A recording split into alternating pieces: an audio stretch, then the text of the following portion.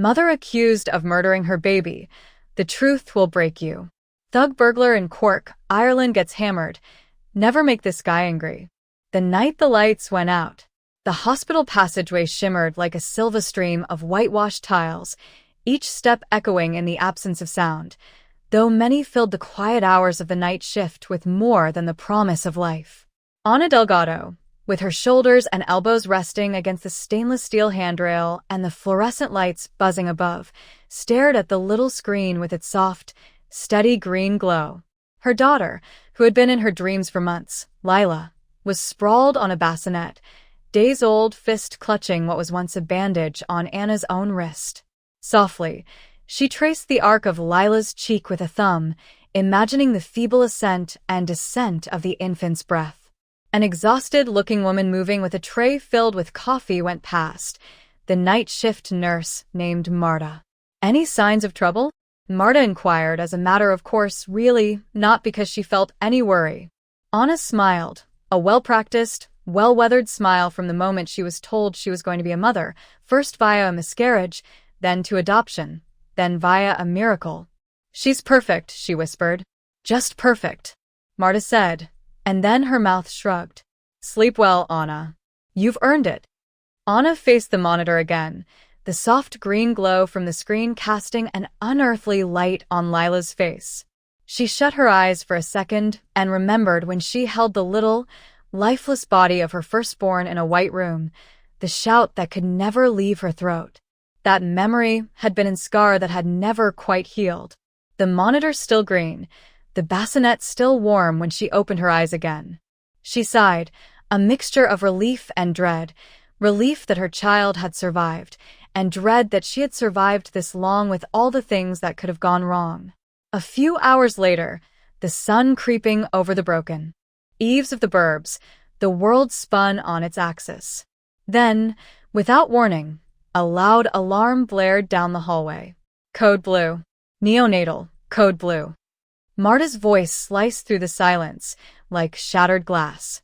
Anna's heart lurched. Her breath, a siren in her own right, made her feel as if there were something behind her, but there was only the nursery and whatever shots were going off in the street. She rushed into the room to see 8 different nurses hovering around a bassinet, their faces a well-rehearsed placid mask of professionalism hiding the underlying current of panic. A minuscule dark crimson dribbled from Lila's lips. "I heard them say, her oxygen saturation is low. She's not with us," a tone shouted, dropping the rhesus bag. Anna collapsed on her knees at the side of the bassinet through which the world would shrink and be centered on the small, dead body that had become a childhood dream. Now shaky hands that had once cradled Lila's head lifted the baby, slowly rolling her in the other direction. The room carried the smell of antiseptic and something else, something metallic, something sharp like the sting of a far-off storm. Anna ran her fingers through the baby hair. Those soft curls slipped through her fingers like water. She touched her forehead against Lila, the contact so cold, yet not her own. "I am sorry," she whispered quietly. Even she herself had no idea why or whom she was needing to apologize to. A senior midwife, Isabel, who was the charge nurse, looked down at a clipboard on the counter. "I need to call the police," she said, flat, as if she were calling in a weather report. "The father details, also." Anna looked at the woman, at the police officer who would shortly be standing there with a badge, with a notebook. Though I believed I heard someone shout, "Call the police," it was an accusation that echoed around us, just waiting to be caught. The siren of the headlines. The following day dawned on a town already steeped in the sour aroma of gossip. Yellow tape clung to the brick exterior of the humble 2-story Delgado house on Marigold Lane, where police cruisers were parked with lights flashing. Reporters sheltered against the rain, microphones jabbing at the mourning mum like knives. "Is this infanticide now?" His shout reverberated against the brick face. "Isn't that right?" added one reporter. "Was the mother negligent? We demand answers." Anna was on the porch holding a flimsy blanket that still smelled a bit like Lila. Her husband Mateo stood close behind her, his eyes empty, his hands gripping an already cold coffee cup.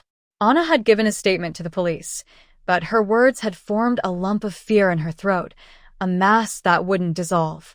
A female officer, with a crisp uniform to match a crisp stare, approached, identifying herself as Detective Vega. "Excuse me, Mrs. Delgado," she said, riffling through a notebook. "We would have to get to the bottom of what transpired. Did you administer any medication? Anything unusual?" Anna swallowed. She replied as if the wind had swallowed her words. "No, I didn't. I didn't hurt anyone." Vega drew closer, her breath tasting of tobacco. "And the father?" Who is he? Mateo's shoulders sagged. We're married. "We," Vega said, simply, "married," as if a single word might fill in void. Yet the manner of death for the baby is undetermined. Anna let her eyes slip shut, as if the pressure of 1,000 eyes piled upon her. She pictured the faces that would be at the morgue, the cold lights that would shine on her tiny baby body, making its decision about murder and accident. She pictured the courtroom with 12 individuals, each strangers, deciding whether she should be imprisoned for years over a rumor. The following evening, the lone newspaper in town began circulating, and its front page blared. Exact same words: "Mother of accused toddler murder, Sal Chisholm, a child evil enough." The image below: Anna sulky, unkempt hair, red-rimmed eyes, a tear on the cheek. In the caption under the photo was written, "A mother turned to horror, negligence, or something more sinister?" On the second page was a column by a prominent pundit, "The Female Responsibility, the Real and Silent Danger of Bad Mothers," which claimed that some women must be banned from raising even the most minuscule of lives. Anna felt the words like a blow to the stomach, and she felt every single syllable carving limelight scars into her soul.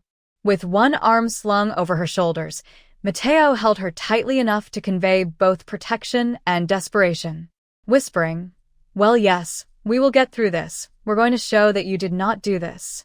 Yet in Anna, there stirred a seed of doubt, an uncomfortable thought. What if I did? The thought was a specter, a whisper that pulsed inside her head. The louder the neighbors looked at her, the more the mothers would tell their children. Be careful, Anna. You never know. The investigation. Like a surgeon with scalpel precision, Detective Vega and his team began to put together the events of the night. They looked through the logs from the monitor, the hospital's CRT footage, nursing notes. They talked to the night shift nurse, the pediatrician, and the midwife. Each interview was like another brick in the wall rising higher and higher around Anna.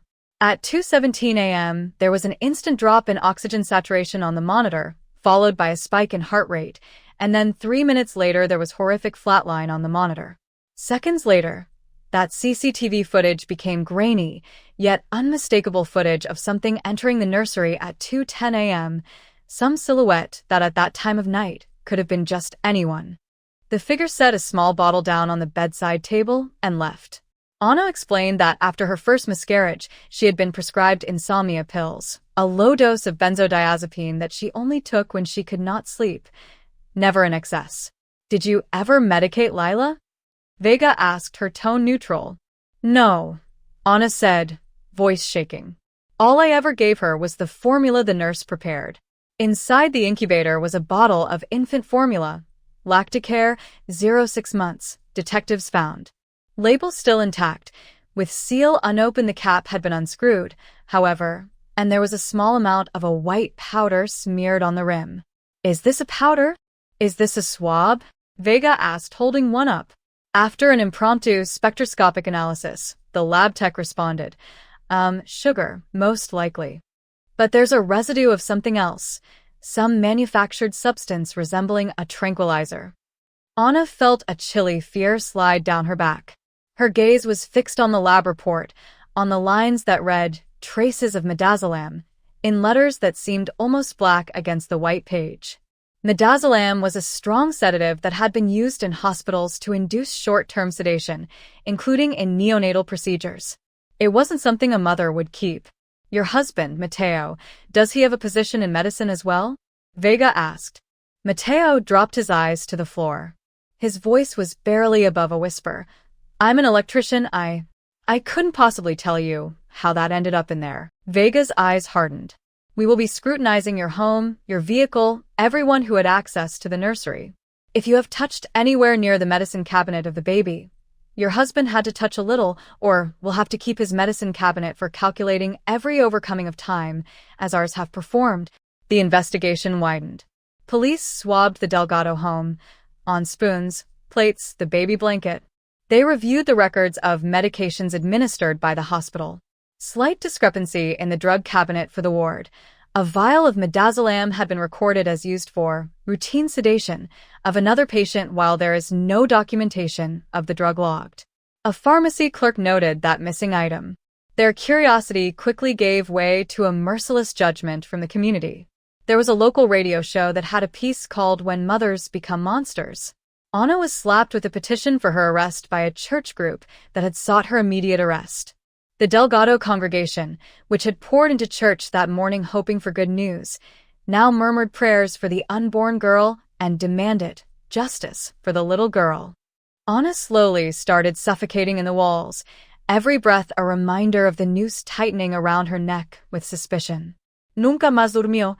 Las pastillas para el insomnio se convirtieron en su más cercana compañía. It was night, and all she could think about was replaying his memory, the blue light from the monitor casting a shadow across the room, the lullaby for him, the refrigerator humming in the background. She gazed at the bottle on the side table, the powder that had resembled salt. She remembered the alarm going off, the panic then, the dead weight of Lila in her arms. But a voice in her memory muttered something else, specifically, a memory of a nurse talking in subdued fascinations about a new protocol for screening a rare metabolic disorder. She remembered the nurse had called her Dr. Ruiz.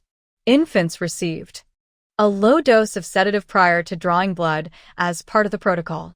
The number had been a trial the hospital has conducted on a small number of infants for possible serious metabolic disorder. Anna's heart pounded. Is it possible that the sedative was given for a good medical reason, and that the sudden collapse of the infant was misread as a murder? Could it have been a case of an accidental death being suppressed by the hospital? That thought was ludicrous, but it was the one bit of sanity she could hang on to. The trial begins. The courthouse was this hulking stone structure, the huge wooden doors leading into a marble floor glistening with cloudy sky. The sombred green Stapelia schoolpeople, where they bored their pet razor blades of civilizations, tattoo the toast's ground pillars of statues breathe in the coppered areas, open up into the concrete streaming the host is sweaty with her absence, the fountain ripples in the ras, the rassies the wilted lilies, chosen by an anonymous chap. Even in death we are to be adjudged at the knees. Led across the front lobby to pharmacy, while the jeweled the hall to phallus shit only shit with some perfume attached as a promise that even so, we were never a Ku Klux Klan. The courtroom buzzed with hushed voices, the clacking of keyboards, the occasional cough that pierced the silence, like gunfire. Anna was sitting in the defendant chair, kneeling her hands, whiter-knuckled. Beside Mateo on a bench, his jaw twitching, eyes flitting to the glass case with the evidence for the prosecution, a photo of Lila's face after death, a needle, a jar of the original formula, the analysis of the midazolam spottings. A litigator with a wry tongue, Alejandro Calderon, the prosecutor, stood up, tie expensively pressed, voice theatrical. Ladies and gentlemen of the jury, he began, the evidence before you is not complicated. A mother who was given the privilege right to take care of the life of her child used a sedative on her infant and eventually killed them. This is no accident tragedy. This is homicide. We will show that Ms. Delgado deliberately poisoned her neonatal son, and that she did so with cold, calculated callousness. He pointed to a giant screen with the history of Lila's oxygen levels plotted, the precipitous drop, the flatline. He showed the lab report, the minuscule particles of midazolam that were high enough to cause respiratory depression in a newborn. A recording of a hospital nurse replayed in his mind, her strained voice repeating, "She was fine. She crashed, the pulse dropped. We called Code Blue." The defense attorney, a gentle-voiced woman named Dr. Carolina Morales with her hair worn down and pulled back, her eyes, the kindest eyes, rose. "Your Honor. Prosecutors will be at the need paint a portrait of a mother who transformed a cradle to a tomb. But the reality is not so simple. We will prove that Ms. Delgado never received the medication. This boils down to a systematic failure in hospital protocol, exacerbated in the most tragic manner against a family whom fate had already dealt a dreadful hand, and we will show how this heartbreaking loss came about. Murmurs rippled through the room. The judge, in his black robes and gaunt face, ashen, stoic, rapped for order, the gavel sounding like muffled thunder in the distance. The trial stretched over weeks. Witnesses took the stand. One of the witnesses was a pediatrician testifying about an exceptionally rare disorder known as congenital hyperinsulinism, which might make a newborn develop hypoglycemia in hours of birth, resulting in seizures and death if not promptly treated. It had been involved in a study testing a blood sugar stabilizing drug for the hospital. The medication required. Thanks for watching.